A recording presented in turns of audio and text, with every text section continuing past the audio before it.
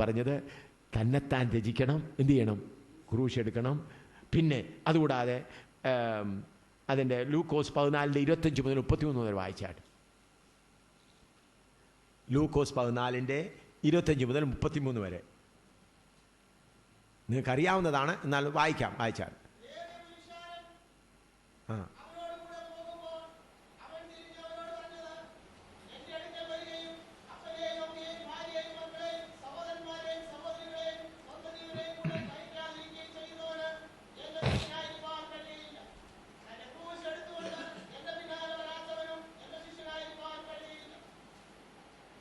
കീപ്പോട്ട് വായിച്ചാൽ.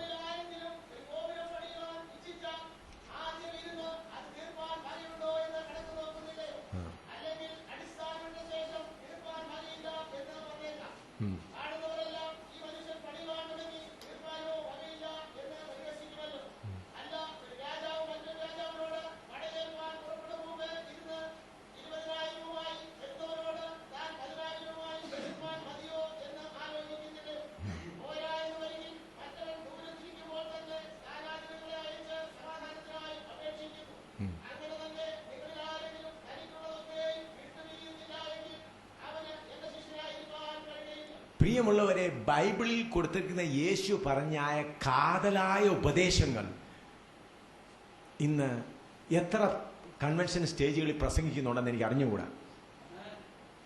ഞങ്ങളുടെ അവിടെയുള്ള കർത്താവിൻ്റെ ദാസന്മാർക്കെല്ലാം ഞാൻ കർശനമായി കൊടുത്തിരിക്കുന്ന നിർദ്ദേശം ഈ കാതലായ ഉപദേശങ്ങളാണ് പ്രസംഗിക്കേണ്ടത്. അങ്ങനെ പ്രസംഗിക്കുന്നുണ്ട് രക്ഷിക്കപ്പെട്ടു വരുന്ന ഹിന്ദുക്കളും മുസ്ലിങ്ങളും സിഖുകാരും എത്ര ഉപദ്രവങ്ങൾ വന്നാലും അവർ തിരിച്ചു പോകുന്നില്ല. സന്തോഷത്തോടെ നിലകൊള്ളുകയാണ്. അടികളേറ്റിട്ടും ഇടികളേറ്റിട്ടും പ്രയാസങ്ങൾ വെച്ചിട്ടും. ഞാൻ ഒരു കുരുക്ഷേത്രയിൽ ഒരു സിഖ് സഹോദരൻ രക്ഷിക്കപ്പെട്ടു വന്നു, സിഖ് കുടുംബത്തിൽ നിന്ന്. അവരെല്ലാം മറ്റുള്ളവരെല്ലാം എതിരാണ്. യൗവനക്കാരനാണ്, 26-27 വയസ്സുള്ളത്. അവന് ആ രക്ഷിക്കപ്പെട്ട് സ്നാനപ്പെട്ട് അഭിഷേകമൊക്കെ പ്രാവശ്യം സ്നാനപ്പെട്ട് വീട്ടിൽ ചെന്ന് കഴിഞ്ഞപ്പോൾ അവൻ്റെ ബന്ധുക്കാരും മറ്റവരും കൂടി അവൻ്റെ ഷർട്ട് ഉരിയിട്ട് അവൻ്റെ പുറത്തെ തൊലി മുഴുവൻ ഉരിഞ്ഞു. പുറത്ത് കണ്ടിക്കല്ല, ഇത് തൊലി എന്ത് ചെയ്തു, ഉരിഞ്ഞ് ഇവിടെ താഴെ വരെ അങ്ങ് ഉരിഞ്ഞു. ഒടുവിൽ എൻ്റെ അടുക്കൽ കൊണ്ടുവന്നപ്പോൾ നോക്കിയാൽ അത് അങ്ങ് ഭയാനകമായ രീതിയിലാണ്.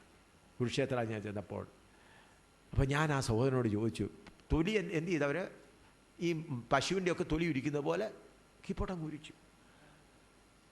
അപ്പം ഞാനതിൻ്റെ പുറത്ത് ഈ കൈ കൊണ്ട് തേക്കാൻ എണ്ണ വയ്ക്കാൻ കഴിഞ്ഞാൽ തുള്ളി ആയിട്ട് എണ്ണ എങ്ങനെ ഇട്ടപ്പോൾ ഞാൻ അവനോട് ആദ്യം ചോദിച്ചു എങ്ങനെ ഇരിക്കുന്നു. അവൻ പറയാണ്, എൻ്റെ യേശു സഹിച്ച കഷ്ടത്തിനും തുല്യമായിട്ട് ഇതൊന്നുമില്ല എന്നാണ് പറഞ്ഞത്. ആ പഞ്ചാബി സിഖ് സഹോദരൻ പറയുന്നത് എന്താണ്, എൻ്റെ യേശു സഹിച്ച കഷ്ടത്തിന് മുൻപാകെ ഇത് ഒന്നുമില്ലല്ലോ. ഞാൻ പിന്നെ തുള്ളിയായിട്ട് എണ്ണ അവിടെ ഇങ്ങനെ ഇട്ടപ്പോൾ എൻ്റെ കണ്ണിന് മുമ്പിൽ തന്നെ പെട്ടെന്നായിട്ടത് തൊലി വരുന്നത് പോലെ എനിക്ക് മനസ്സിലാവാനിടയായി. അവൻ്റെ വേദന വളരെ കുറയുവാൻ 3/4 മണിക്കൂർ ആയപ്പോഴത്തേക്ക് വേദനയെല്ലാം കുറഞ്ഞ പോലെ നിലയിലാകുവാനിടയായി.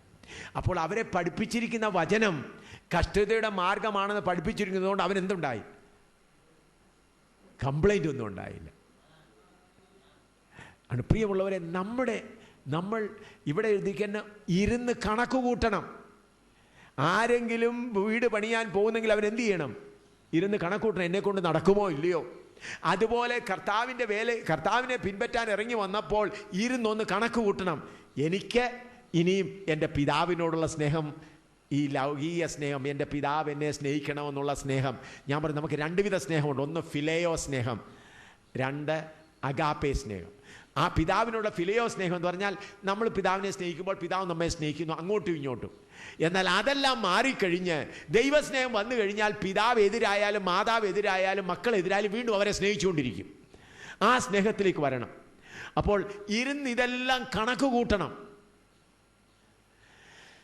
അങ്ങനെ കണക്ക് കൂട്ടിയെങ്കിൽ മാത്രമേ അവൻ്റെ ശിഷ്യനായിരിക്കാൻ കഴിയുള്ളൂ. ഇതെന്തിനു വേണ്ടിയാണ്? കർത്താവിന് തരാൻ വല്ലതും പഞ്ഞമുണ്ടോ? കർത്താവിൻ്റെ ഭാഗത്ത് എന്തെങ്കിലും കുറവുണ്ടോ? ഇല്ല. എന്നെയും നിങ്ങളെയും നമ്മുടെ മനുഷ്യ സ്വഭാവത്തിൽ നിന്ന് വിടുവിച്ച് രാജാക്കന്മാരാക്കി തീർക്കണം. നമ്മളെ രാജാക്കന്മാരാക്കി തീർക്കേണ്ടതിന് വേണ്ടി യേശുവിനോടുകൂടെ ഇരുന്ന് വാഴുവാൻ നാം യോഗ്യരാകേണ്ടതിന് വേണ്ടിയാണ് ഇടുക്കവും ഞെരുക്കമുള്ള മാർഗം. അല്ലാതെ നമ്മുടെ പാപക്ഷമയ്ക്ക് വേണ്ടിയല്ല. നമ്മുടെ പാപക്ഷമയ്ക്ക് വേണ്ടിയുള്ള സകല കഷ്ടവും കർത്താവ് വഹിച്ചു കഴിഞ്ഞു. എന്നാൽ നമ്മുടെ ജഡത്തിൻ്റെ സ്വഭാവങ്ങൾ, നമ്മുടെ ആഗ്രഹങ്ങൾ, ഇതിനെയെല്ലാം മാറ്റണമെങ്കിൽ നമ്മൾ ഇടുക്കവും ഞെരുക്കമുള്ള വഴിയിൽ കൂടെ യാത്ര ചെയ്തേ മതിയാകുകയുള്ളൂ. സ്തോത്രം. ഇനി നമ്മുടെ റൂട്ട്, പോകുന്ന വഴി ഏതാണ്? ഇടുക്കവും ഞെരുക്കവും ഉള്ള റൂട്ട് ഏതാണ്? എബ്രായ ലേഖനം 13:12 മുതൽ 14 വരെ വായിച്ചാൽ പോകുന്ന റൂട്ട്. ഹീബ്രു 13:12-14. എബ്രായ ലേഖനം 13:12 മുതൽ 14 വരെ.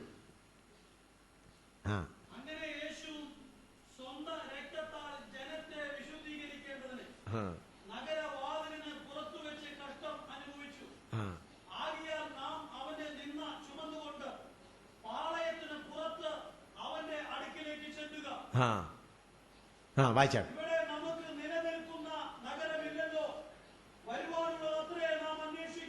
ഹല്ലേലൂയ. മതി ഇത്രയും മതി.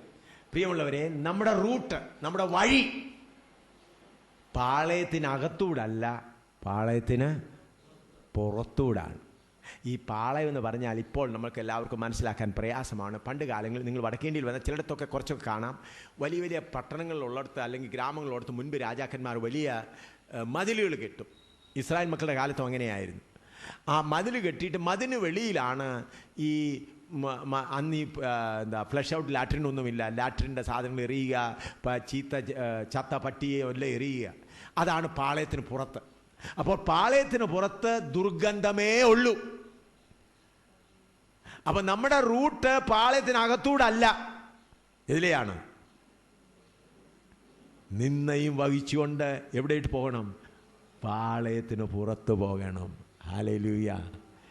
ഇന്ന് പാളയത്തിനകത്താണ് ഓട്ടം. കണ്ടോ, അവാർഡ് വിതരണങ്ങളും ഉണ്ട് ഈ കാലത്ത്. അതിപ്പോൾ കേരളത്തിൽ ആരംഭിച്ചോന്ന് എനിക്ക് അറിഞ്ഞുകൂടാ. ഡൽഹിയിൽ ഒരു സഹോദരൻ ആരംഭിച്ചായിരുന്നു. ഞാൻ 1-2 പ്രാവശ്യം, പിന്നെ അത് കഴിഞ്ഞപ്പോൾ അത് നിന്നെന്നാണ് തോന്നുന്നത്. കാരണം ഇവിടെ തന്നെ എന്താ ഫെയ്ത്ത് അവാർഡൊക്കെ ഇവിടെ തന്നെ കൊടുക്കുക.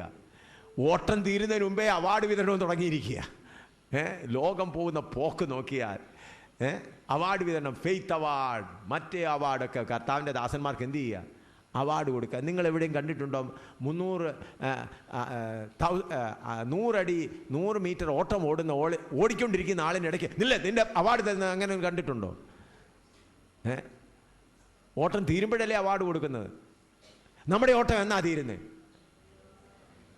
എൻ്റെ ഓട്ടം ഈ പ്രാണൻ ഈ ശരീരത്തിൽ നിന്ന് മാറുമ്പോഴാണ് എൻ്റെ ഓട്ടം തീരുന്നത്.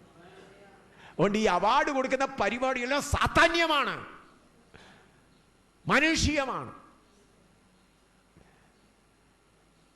നമുക്ക് അവാർഡ് തരാൻ ഒരാൾ കാത്തിരിക്കുന്നുണ്ട്. ഹല്ലേലൂയ. അപ്പോൾ നമ്മുടെ ഓട്ടം എവിടെയാണ്? ഇന്ന് അനേകരും പാളയത്തിനകത്ത് മത്തായിച്ചനും ചാക്കോച്ചനും തമ്മി നോക്കിക്കൊണ്ട് ഓടുക. അല്ല സഹോദരാ, പാളയത്തിന് പുറത്ത് നിന്നയും അപമാനവും കഷ്ടവും സഹിച്ചുകൊണ്ട് പാളയത്തിന് പുറത്തിറങ്ങണം. ഇന്ന് പലരും വിശ്വാസ ജീവിതത്തിൽ മുൻപോട്ട് വന്നിട്ട് ക്ഷീണിച്ചു പോകുന്നത് എന്താ? പാളയത്തിനകത്ത് തന്നെയാണ്. പാളയത്തിന് പുറത്ത് വന്നാൽ ഇരിക്കാൻ സ്ഥലമില്ല. കാരണം എല്ലാം നാറുന്നതും കുപ്പിമുറിയും അതുപോലെ മറ്റു കിടക്കുന്നത്, അവിടെ കക്കൂസും എല്ലാം കിടക്കുന്നതുകൊണ്ട് എങ്ങനെയെങ്കിലും ഗോൽഗോത്തായിൽ എത്തിയേ ഒക്കെയുള്ളൂ. കുരിശൊരുവൻ്റെ തോളിൽ വന്നു കഴിഞ്ഞാൽ പിന്നെ ഇറങ്ങുന്നത് എവിടേക്കാ? പാളയത്തിന് പുറത്ത്. ഇന്ന് നിനക്ക് നിന്നയോ അപമാനമോ വരുന്നെങ്കിൽ സന്തോഷിക്കുക. കാരണം നിന്റെ വഴി അതാണ്. ഇന്ന് മഹത്വം കിട്ടുന്നെങ്കിൽ അപകടമാണേ. നിനക്ക് ബഹുമാനമാണ് കിട്ടുന്നെങ്കിൽ വഴി തെറ്റിപ്പോയേ. പാളയത്തിനകത്ത് നടന്നുകൊണ്ടിരിക്കുക. അതുകൊണ്ടാണ് മത്താച്ചനും ചാക്കോച്ചനും നിന്നെ പുകഴ്ത്തി പറയുന്നത്. എന്നാൽ നീ ഒന്നിനും കൊള്ളരുതാത്തവനെന്ന് പറഞ്ഞുകൊണ്ടിരുന്നാൽ സ്തോത്രം പറയുക, സ്തോത്രം കർത്താവേ, പാളയത്തിന് പുറത്താകുവാൻ എനിക്ക് ഭാഗ്യം ലഭിച്ചല്ലോ. അതാണ് യഥാർത്ഥ വചനം. പാളയത്തിന് പുറത്തിറങ്ങുക, നിന്നെയും ചുമന്നുകൊണ്ട് പാളയത്തിന് പുറത്തിറങ്ങുക. അതാണ് നമ്മുടെ വഴി. അങ്ങനെ പാളയത്തിൻ്റെ പുറത്ത് അപ്പോസ്തലന്മാരെ അങ്ങനെ ആയിരുന്നു പോയിരുന്നത്. 1 കൊരിന്ത്യർ 4:9 മുതൽ 13 വരെ വായിച്ചിട്ട് നമുക്ക് നിർത്താം, പിന്നെ പ്രാർത്ഥിക്കാം. അപ്പോസ്തലന്മാർ പോയ മാർഗം അതായിരുന്നുവോ? 1 കൊരിന്ത്യർ 4:9 മുതൽ 13 വരെ. 1 Corinthians chapter 4 verse 9 to 13.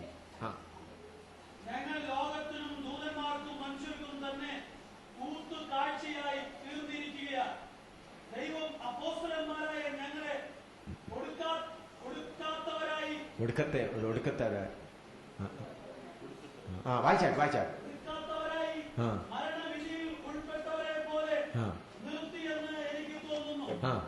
ഞങ്ങൾ ക്രിസ്തു നിമിത്തം ഭോഷന്മാർ, നിങ്ങൾ ക്രിസ്തുവിൽ വിവേകികൾ. ഞങ്ങൾ ബലഹീനർ, നിങ്ങൾ ബലവാന്മാർ. നിങ്ങൾ മഹത്തുക്കൾ, ഞങ്ങൾ മാനഹീനർ അത്രേ. ഈ നാഴിക വരെ ഞങ്ങൾ വിശന്നും ദാഹിച്ചും ഉടുപ്പാനില്ലാതെയും കുത്തുകൊണ്ടും സ്ഥിരവാസം കൂടാതെയും ഇരുന്നു. സ്വന്തം കയ്യാൽ വേല ചെയ്ത് അധ്വാനിക്കുന്നു. ശകാരം കേട്ടിട്ട് ആശ്രമത്തിരിക്കുന്നു. ഉപദ്രവം കേട്ടിട്ട് സഹിക്കുന്നു. ദൂഷണം കേട്ടിട്ട് നല്ല വാക്ക് പറയുന്നു. ഞങ്ങൾ ലോകത്തിന് ചവറ് പോലെയും ഇന്നുവരെ സകലത്തിന്റെയും അഴുക്കായും തീർന്നിരിക്കുന്നു. ഹല്ലേലൂയ. അപ്പോൾ അപ്പോസ്തലന്മാരെ പാളയത്തിന് പുറത്താണോ യാത്ര ചെയ്തത്? പറഞ്ഞാട്ട്, പാളയത്തിന് പുറത്താണ് യാത്ര ചെയ്തത്. നമുക്കും പാളയത്തിന് പുറത്തിറങ്ങാം. ഹല്ലേലൂയ. നമുക്കും പാളയത്തിന് പുറത്തിറങ്ങാം. അതിന്റെ 16-ാം വാക്യത്തിൽ പൗലോസ് പറഞ്ഞെന്താണ്? നിങ്ങൾ ഇംഗ്ലീഷിൽ പറയുമ്പോൾ ബി മൈ ഫോളോവേഴ്സ് എന്നാണ് പറഞ്ഞിരിക്കുന്നത്. എന്റെ അനുകാരികളാകുവീൻ എന്ന് പറഞ്ഞാൽ പാളയത്തിന് പുറത്ത് നിന്ന് സഹിച്ചുകൊണ്ട് പോകുന്ന പൗലോസ് പറയുന്നു, സഹോദരന്മാരെ, ഇതാണ് മാർഗം.